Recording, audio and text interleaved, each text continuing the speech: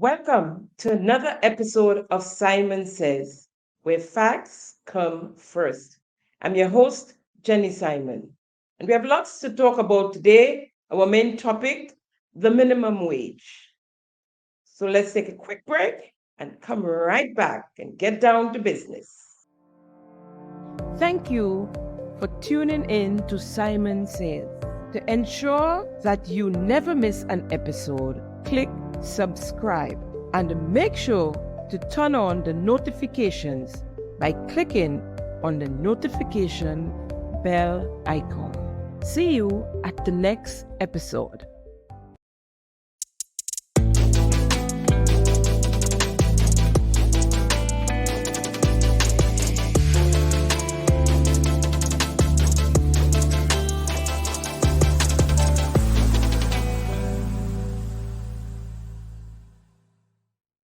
Welcome back.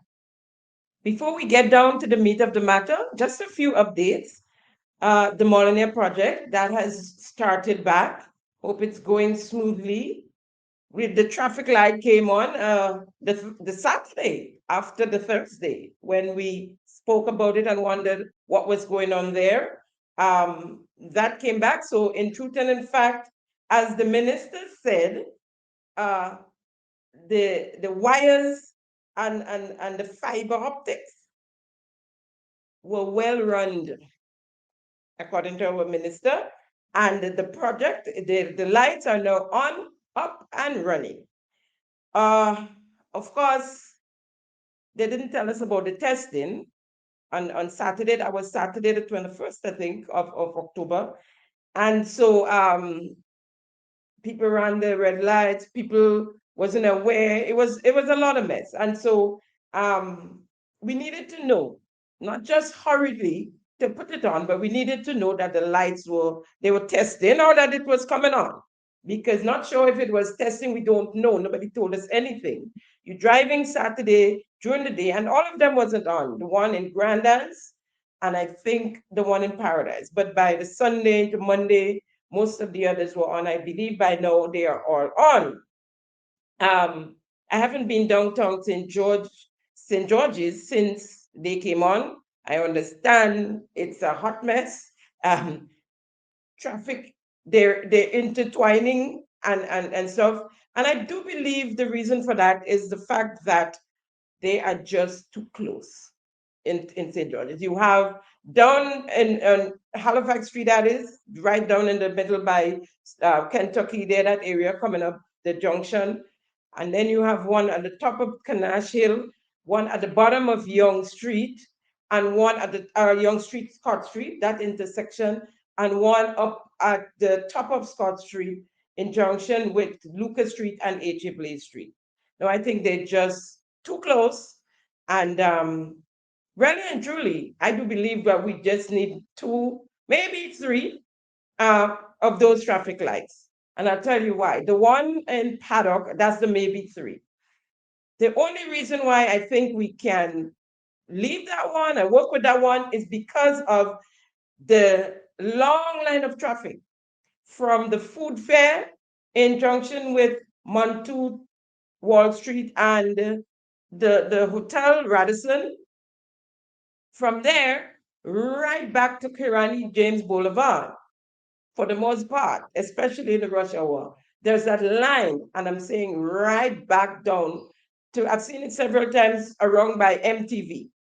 Now, that light by Pandy would probably help solve that problem a little bit, because when the vehicles coming up from Kirani Boulevard, they would have to stop at the light.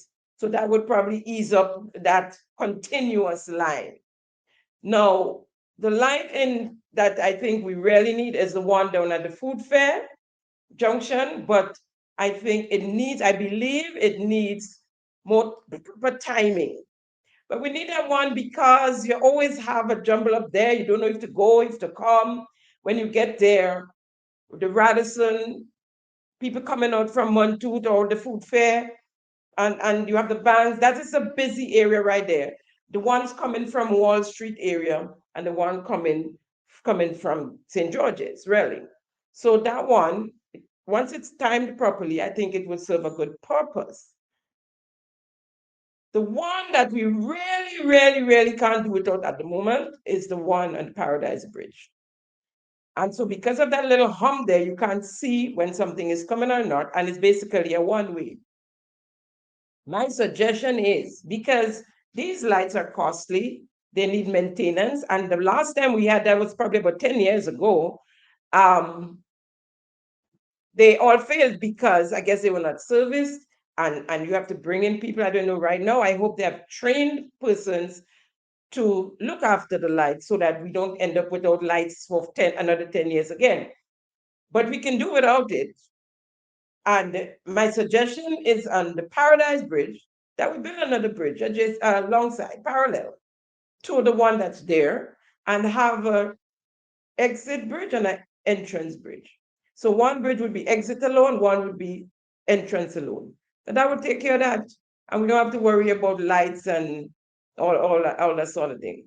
But let me say congratulations to the Minister of Implementation for implementing the lights that the former administration had budgeted for in 2021. We all know what happened then.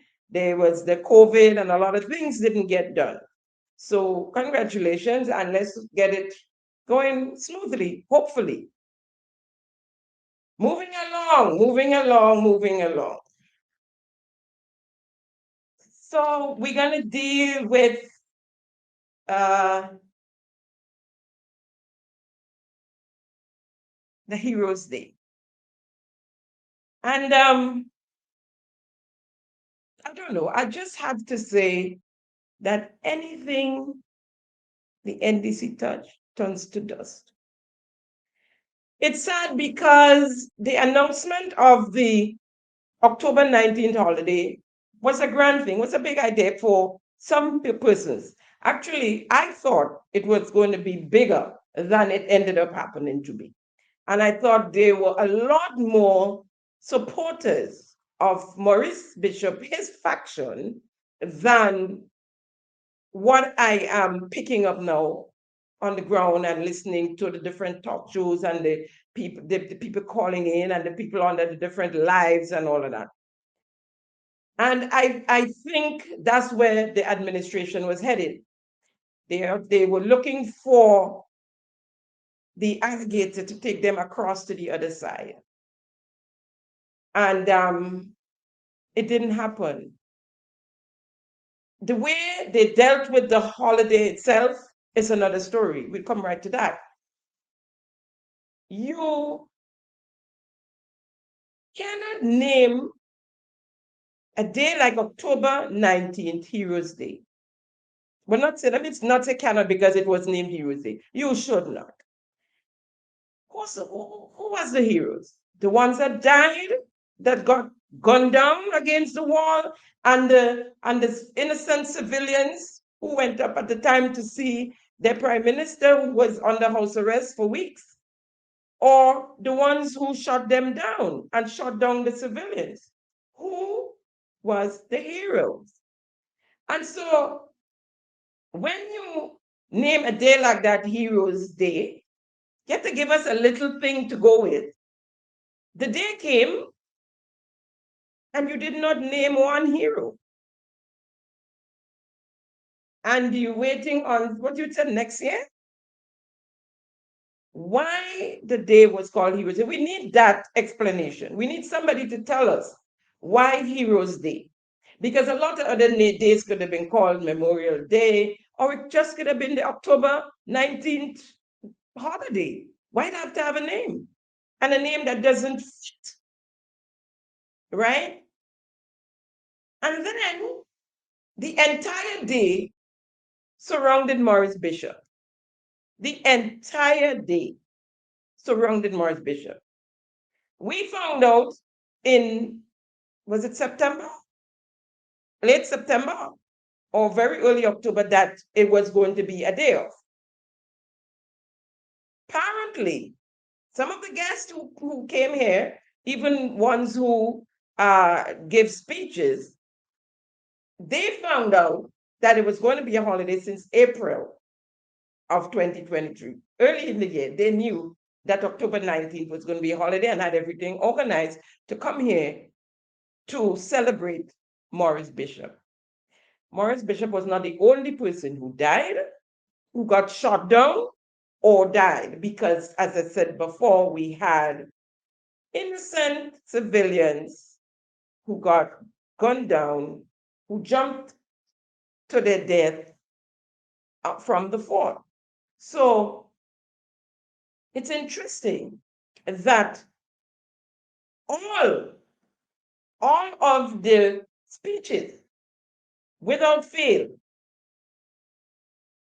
surrounded Maurice Bishop, right?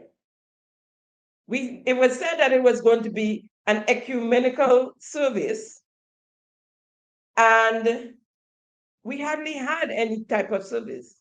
That section was very short, very short. And then, of course, we had the speeches. The first mistake the NDC made, because we're dealing national now. On a day like that, it's a national holiday. We're dealing national. And the first misstep was to have Randall Robinson as their host, MC, whatever he was.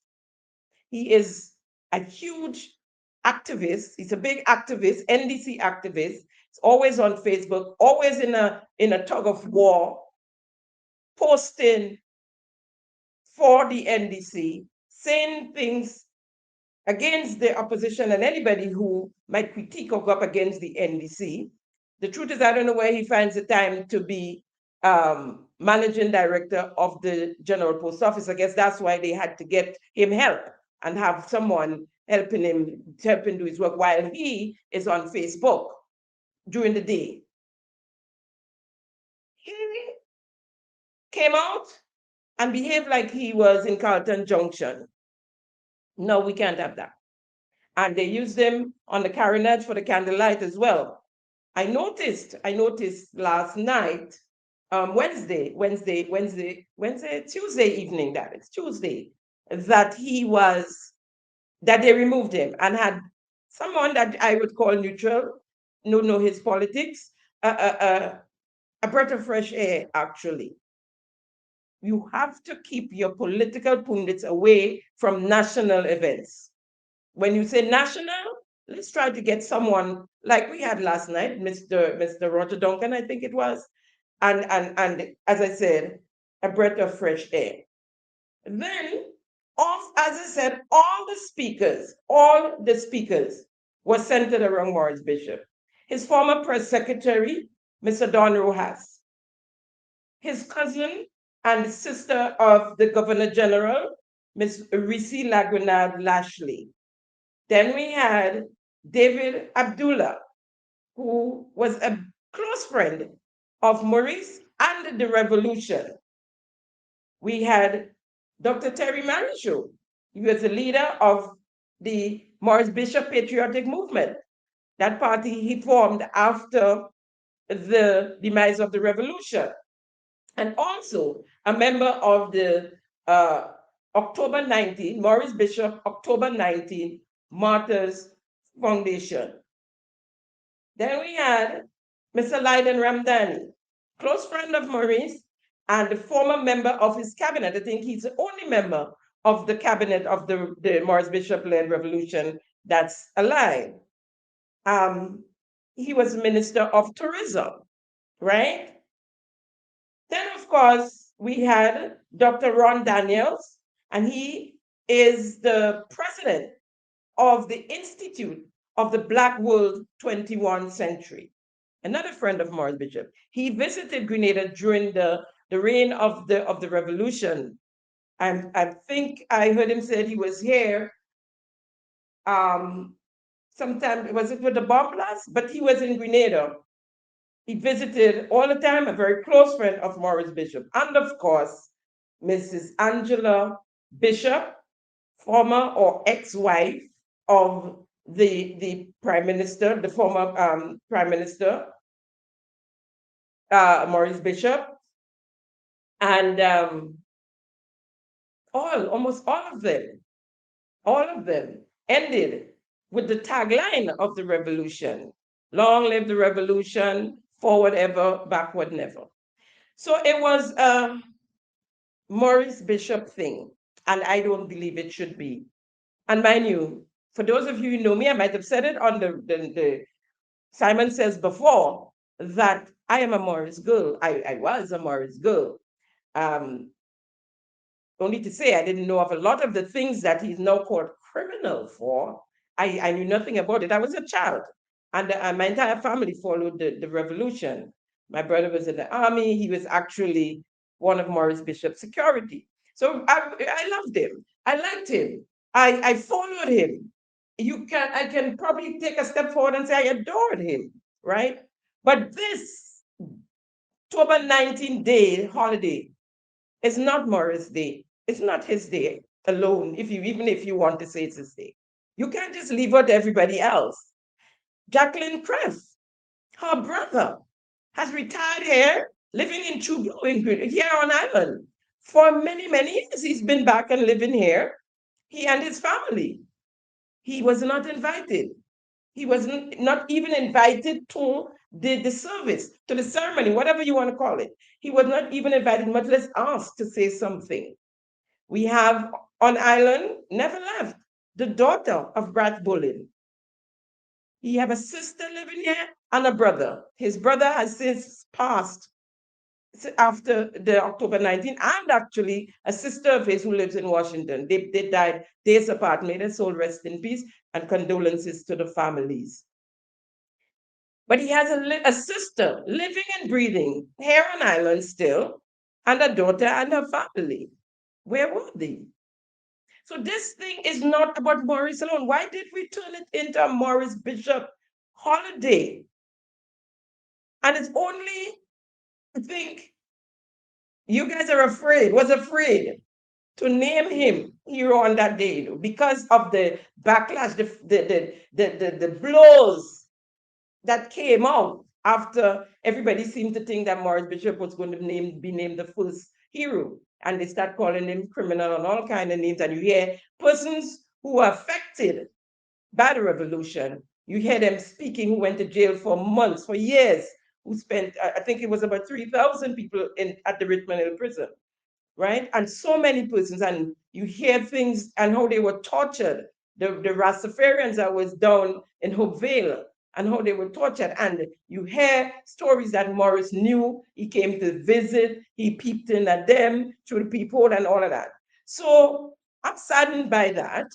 And it seems to most of Grenada is saddened by it. And so we have to be careful. We have to be careful how we go about this day and this holiday. I guess that you thought you were going to ride off into the sunset on.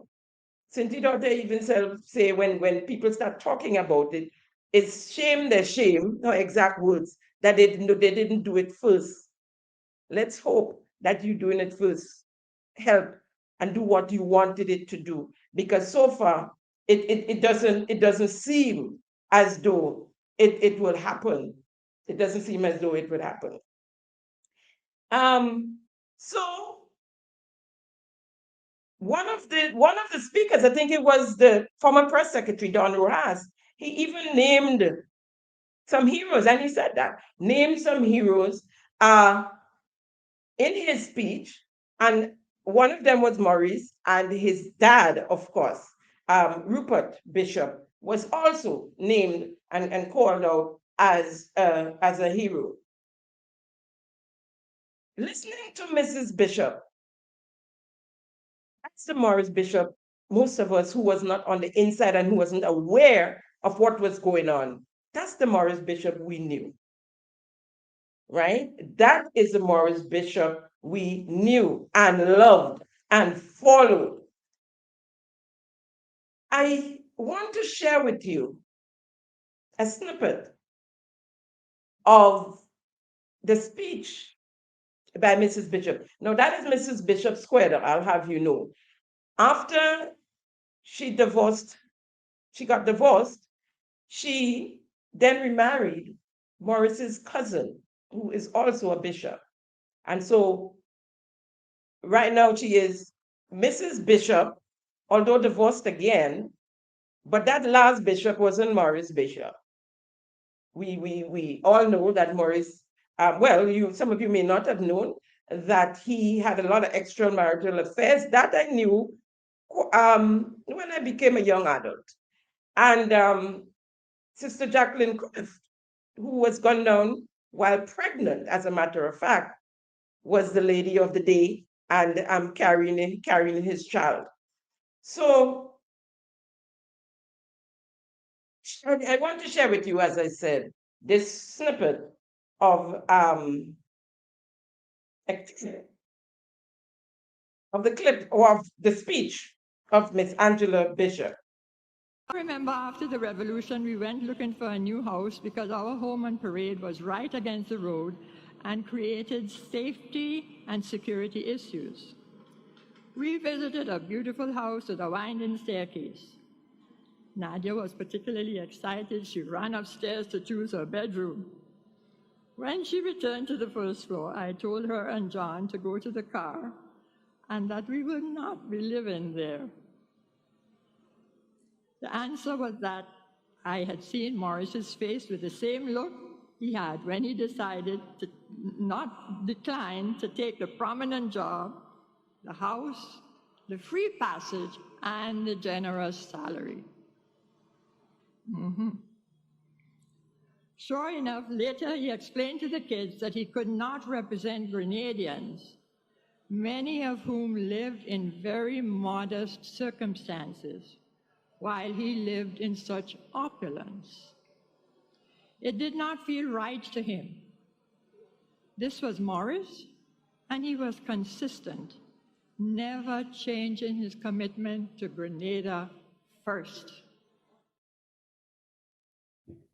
I wondered if the our Prime Minister, paid attention to that little excerpt there from the wife of the ex-Prime Minister, the former Prime Minister, speech, where he didn't think he should live in a house like that. And I'm sure it wasn't no extravagant house. In those days, we didn't have many of those around anyway. And because he considered the people and persons who were living in poverty, and he didn't want to have them feeling belittled, really. And when we compare, and if you're picturing yourself as Maurice Bishop and you want to be Maurice Bishop, and everything is around Maurice Bishop, candlelight vigil, and Maurice, you need to get shot jacks, not the African way. You need shot jacks. The Alba shot jacks, so to speak. And that's a first step, right? Instead of living in a mansion on the hill by yourself in what is alleged to be a $24,000 monthly rent, and living by yourself in this mansion on the hill, don't want to live in Mount Royal because it's below your standard. Totally different to our Maurice Bishop. I want to read to you what the laws said about a hero, our heroes, and how we should go about picking our hero. And it's from the National Heroes Honors Legislation. And conferment of prestige, order of national hero.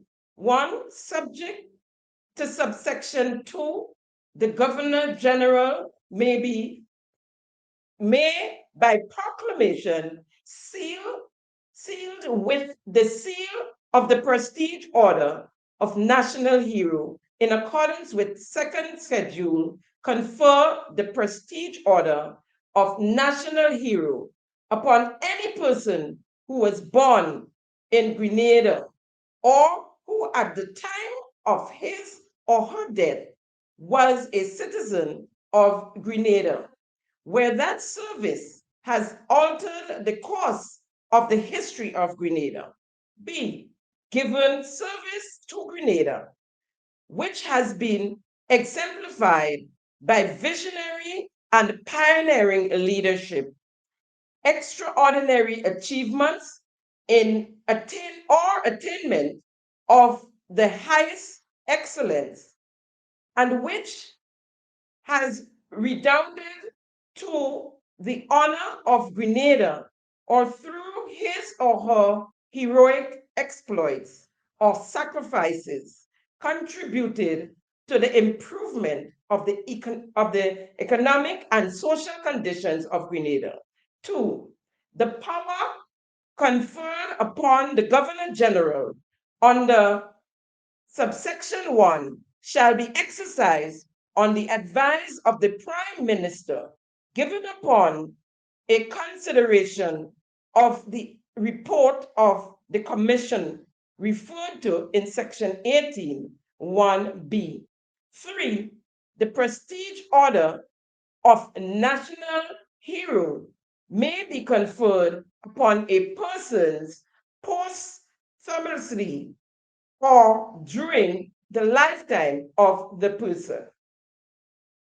So we await with bated breath the naming of the heroes.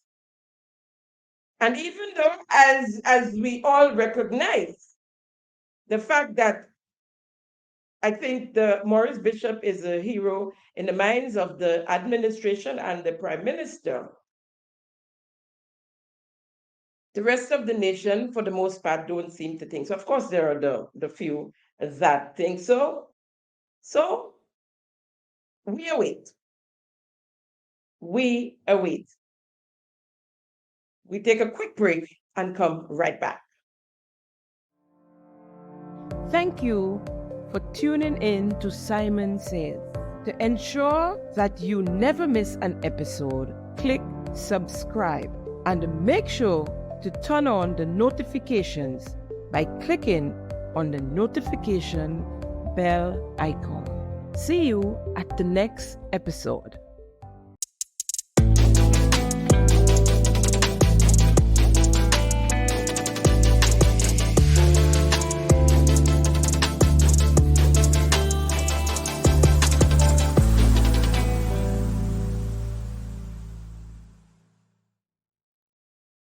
Welcome back.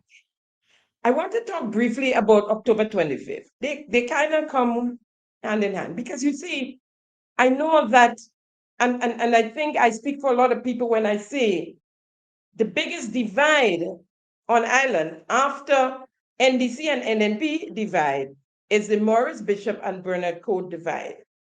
And so on October 25th, when after Maurice Bishop and his cabinet was gunned down by the other faction, which they call the Bernard Code faction, and the people thought that we were going to be ruled by that faction, and the Americans came, and as most people say, they came and rescued us from against the hands of Bernard Code and his lot. So when that happened, we got the holiday, of course, Thanksgiving Day. And I'm not sure what happened this Thanksgiving Day. There was a service, and there were foreigners. A lot of the Americans came in, I guess families of the ones who lost their lives during the war between Grenada and the US and the US of A, yeah.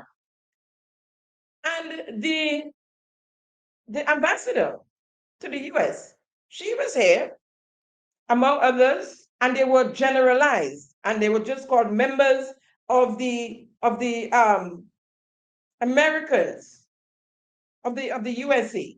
But this lady was here. She's the ambassador to Barbados, the Eastern Caribbean, and the OECS, and wasn't asked to say a word. And I thought it very strange. And there were no big hula about Thanksgiving Day and why we have Thanksgiving Day. And I thought it was very odd. And maybe there's something in the making there. Let's wait and see. Let's wait and see. moving right along to the meat of the matter. And today, as I said, we're going to deal with minimum wage. And in the Senate sitting on August the 29th, 2023, the Attorney General, Honorable Claudette Joseph, proudly pronounced where her government was with consultations on minimum wage increase, as we say these days, living wage. Before I go further, let me make it abundantly clear that in I am all for minimum wage increase. I don't think there is a living person normal with normal thinking that would go against minimum wage increase. It's only fair. It's been a while. I think it was about 12 years since there was some semblance of some sort of minimum wage increase. However, however, are we ready for that level of minimum wage increase? Because we went from creeping to running cross country, straight down the road running cross country, no in between. The crawling, the holding and stand up, you know, then the letting go and taking a few steps, then training, you go to primary school and you train and you have the age where you can run across country in the streets and that sort of thing. And then you might become a marathon runner but you have to in stages, in stages. But I want you to listen to the minister, the attorney general, as she spoke in the Senate on minimum wage. Apart from the sector specifically provided for in the order, the recommendation of the committee is to have a basic minimum wage in Grenada to cover all sectors that are not specifically provided for in the order. So if you're not specifically provided for, the basic minimum wage will apply to you, and the recommendation in relation to that is $1,200. So I will just, Madam President, with your permission, go through very quickly some of the adjustments. So we have, for example, machine operators, cutters, mechanics, cleaners. Cutters adjustment from $60 a day, that's currently obtains to $85. Machine operators from $85 to $100. Cleaners from $35 a day to $60 a day. Clerical workers from $700 a month to $1,200 a month. Security guards, I said, from $8 to $9.25. Domestic workers from $7.25 a month to $1,200 a month. Caregivers, persons caring for the elderly, and early childhood workers from $700 to $1,400. So here I have 100%, a recommended 100% increase. As I said, it was about 12 years ago during the reign of the Uncle Tilly NDC, and we have to separate them because the people say this time they are not the same NDC. This is the Deacon Mitchell NDC, and before it was the Uncle Tilly NDC. Let's get that clear. Now, there was some semblance of increased minimum wage, and I believe it had to do with the security firms. I remember that vividly, and 100% increase. What was the result of that? Persons were sent home, and there was at least one firm that I know of that closed their doors entirely and to this day never reopened. And it was because they couldn't afford to pay the salaries that they were supposed to pay to the security. We have to be careful we go down the same road. So yes, it's been a while. And with the rise of inflation, employers, that is, has been hanging on by a thin thread as it is. Those of us in small businesses, that thread already start to unravel. You know, when you have the rope and it bursts and it starts, we there. The thread is unraveling, the rope is unraveling. Unless you're selling hardware or food, and when I say food, I mean groceries, the rest of us, we in trouble. We in deep trouble already as it is. And we had an increase in our NIS contribution to the employers. And of course, we have all the bills, the electricity bills, the utility bills on the whole. You have rent, which rents we know how exorbitant rents can be on island. And then you have your staff to pay, and you still have to mind yourself, to take care of yourself and your bills at home. We're not going to make it with some of these increases that we've seen. For instance, cooks and their assistants, they were getting $3.75 an hour, and that raised to $9.50 an hour, 120% increase per hour, 120%. I don't know who they'll be advising. Well, I know who advising them. On that one, it was Dr. Cullen Gilchrist. You know, we loaded with doctors, huh? He's an economist. He has a doctorate. He's Dr. Cullen Gilchrist, and he's the one who is doing this nonsense here, right? Agricultural workers, $6.50 to $12 per hour, 100% increase. Now, farmers can't afford to pay for farm labor as it is, as we speak. And the government, administrations, I think it might have started with the Tillman Thomas NDC, the administration, the NNP, the former administration, I think they continued it to a certain level. And now I'm thinking and hoping that this Mitchell NDC has also followed up on that. Now, if they can't pay the $6.50, how they paying the 12? And can the administration, can the government of Grenada afford to pay $12.50 an hour for farm labor? Can they? Right? Then we have, let's see here, like painters. I think they're getting $15 an hour. They have an increase for the bus drivers and the conductors. Now that's a very tricky one, because for the most part, a lot of the time, the drivers of the buses don't belong to them. So we're already paying two persons from that money, the bus driver and the conductor. The owner have to get something for him and his family. So we're paying three families from the bus fare that they've had there for many, many, many moons, the same bus fare. So what we're thinking is that bus fare is going to go up, because they can't do that without putting up the price of the bus, right? Of the bus fare, so that they can be able to pay the bus drivers and the conductors what they are asking. So we're in a lot of trouble here. What the government needs to do is to put in place sustainable economic development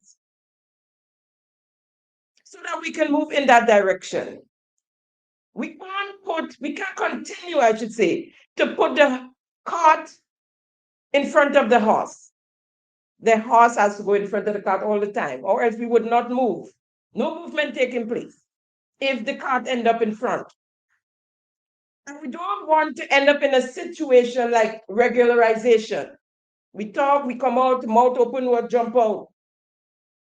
And then we realize it can't be done. So I know that they plan to go back to consult on it, and I hope that we doesn't get these kind of figures coming out of the final product. Now, of course, we had the pension and the duck salary also. That was a move too grand when it did happen, and now we broke. No, we broke. We didn't take the pension in stages as well. It was brops. Let's do this. Let's show off. We can do this. We have the money. Why didn't they do it? The money was there. The same with the duck salary. That wasn't even on paper, but we done it and we just paid them off, right? And so now we broke. We must learn from our mistakes.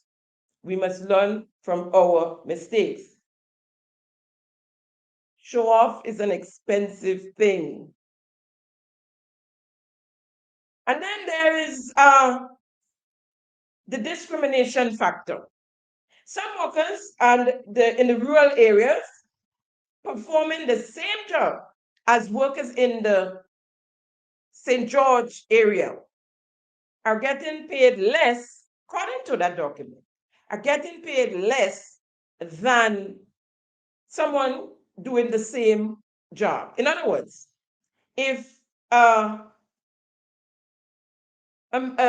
maid, a housekeeping person, it's getting $10 an hour in St. George, and these are my figures. I'm just trying to give you an example here.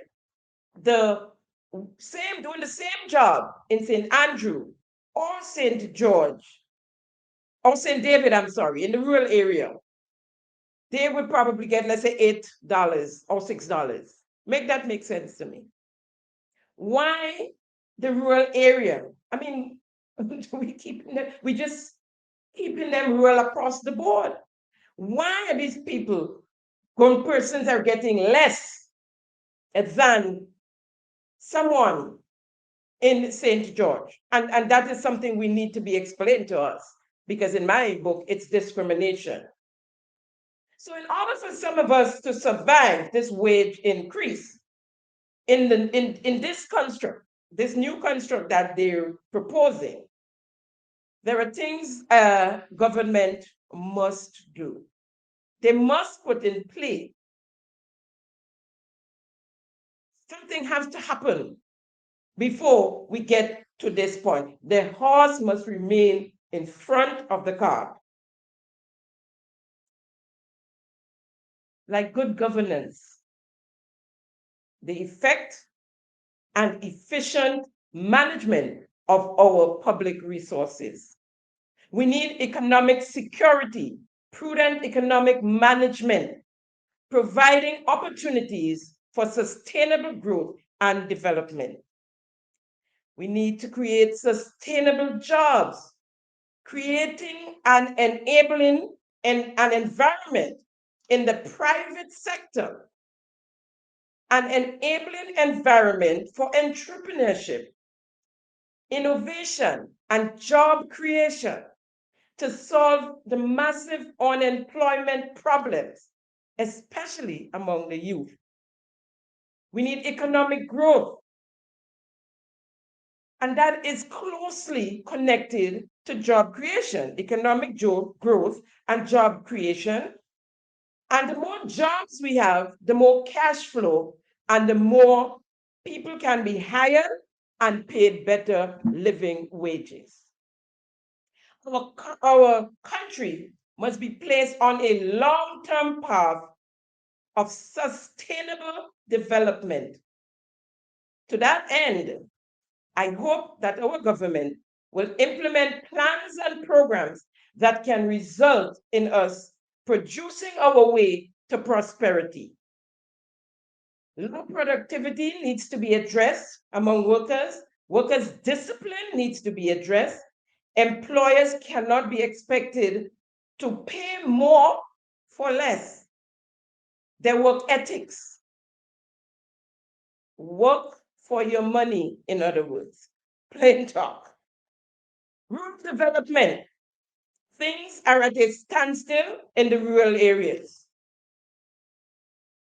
Show us your plans and programs for your policies for rural development, your plans and programs to create job opportunities for the rural areas, provide incentives to encourage investors, thus providing sustainable jobs in the rural areas as well. Bring back agriculture, strengthen that pillar, and encourage agribusiness. By the way, we're supposed to be getting a factory from India. First, the minister said of implementation, let me get that right, said they were visiting in September.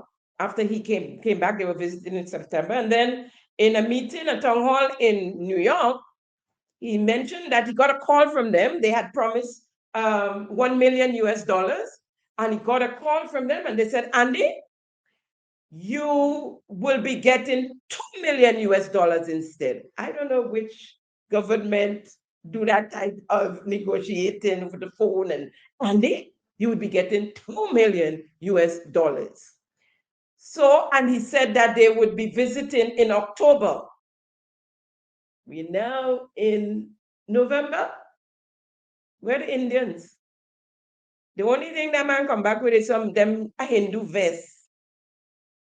He look good in them. He look good in them. But if you're not a Hindu, put the thing down.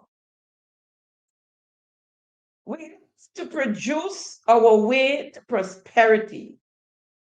Selling passports is not sustainable. We just saw the article put out by Europe and their plan to squash that CBI thing altogether. We've been getting those warnings over a period of time for a while now, right? Selling passport will not be able to sustain our budget forever.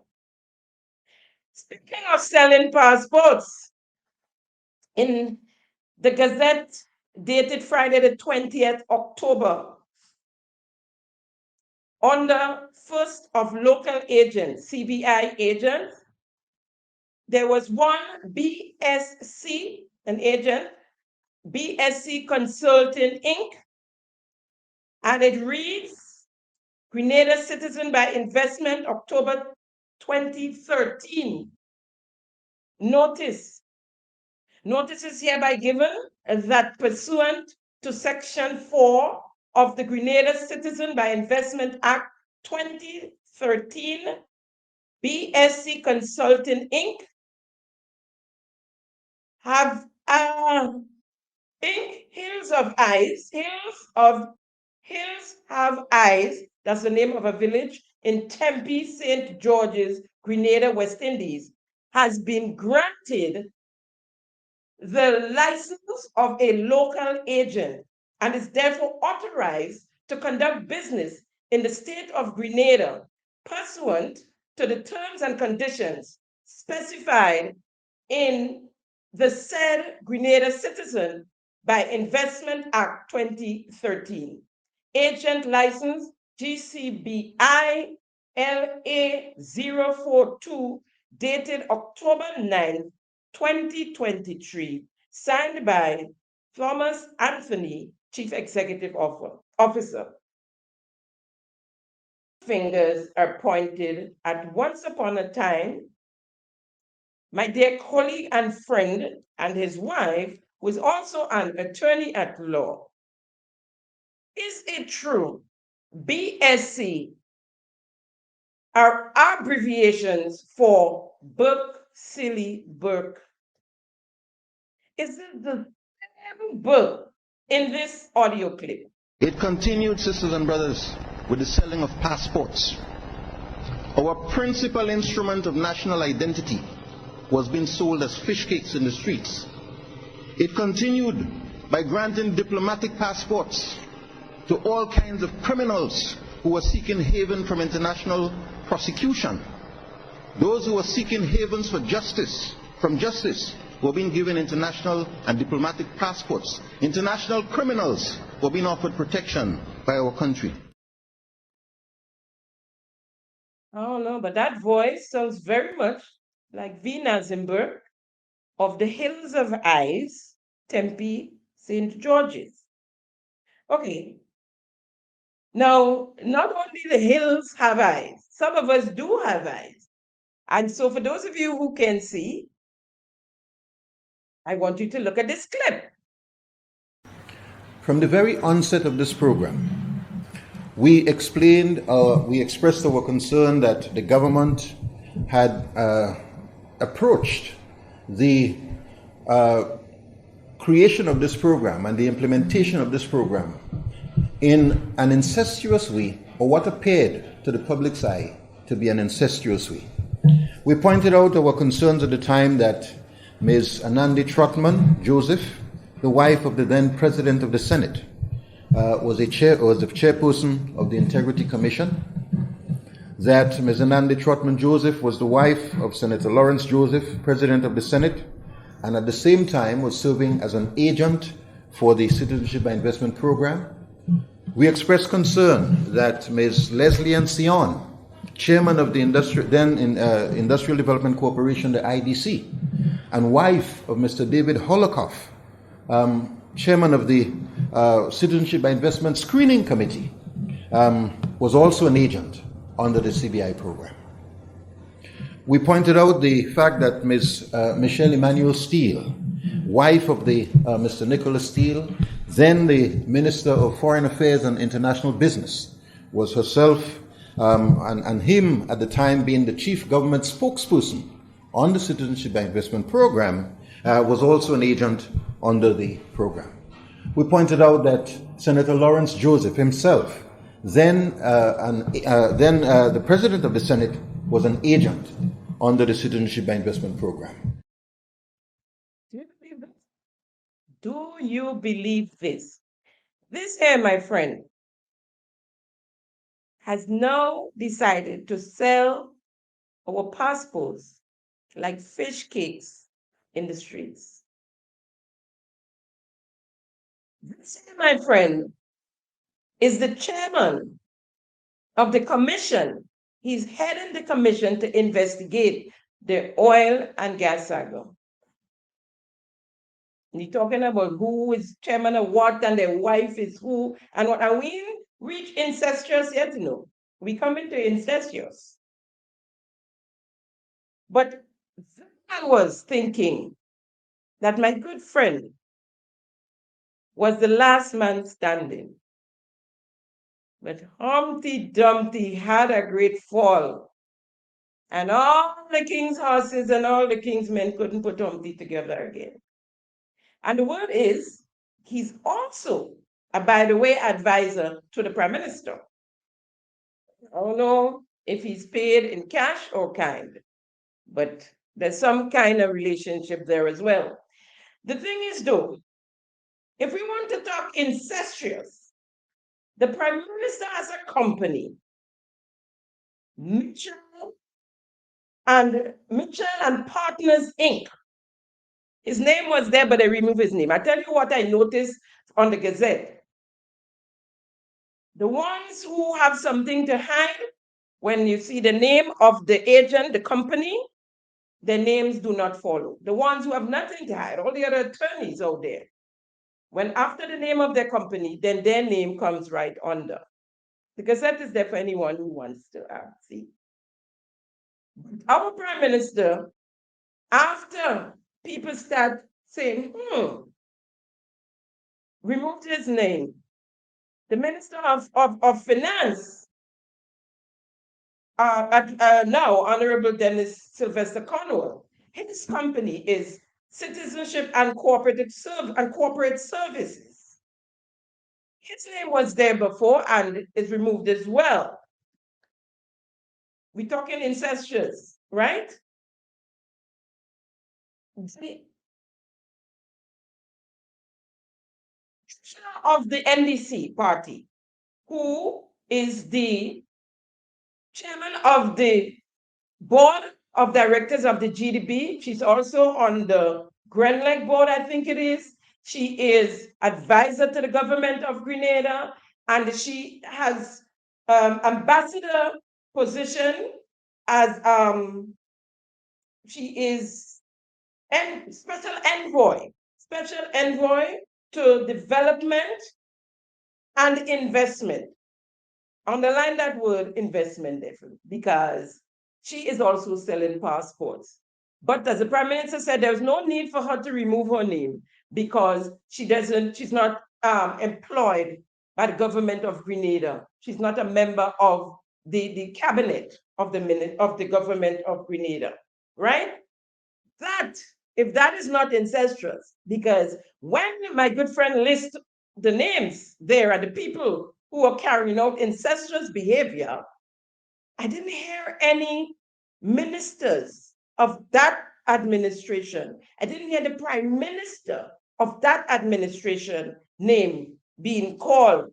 So if we're talking incestuous, look in the mirror. Look in the mirror. Let's listen further to Honorable V. Nazim Burke.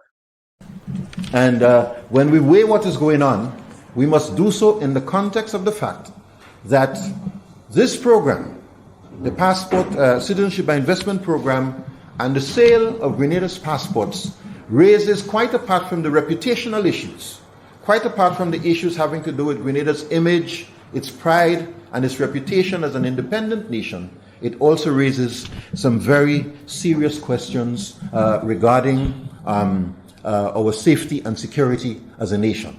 We have made the point before that the granting of passports or the sale of passports to foreign nationals without doing the necessary due diligence exposes the country to the risk that one of our passports can end up in the hand of somebody who is unfriendly to our country and who is unfriendly to our friends. The United States of America has a major investment here in Grenada. It is no secret that St. George's University is a major American institution here in Grenada.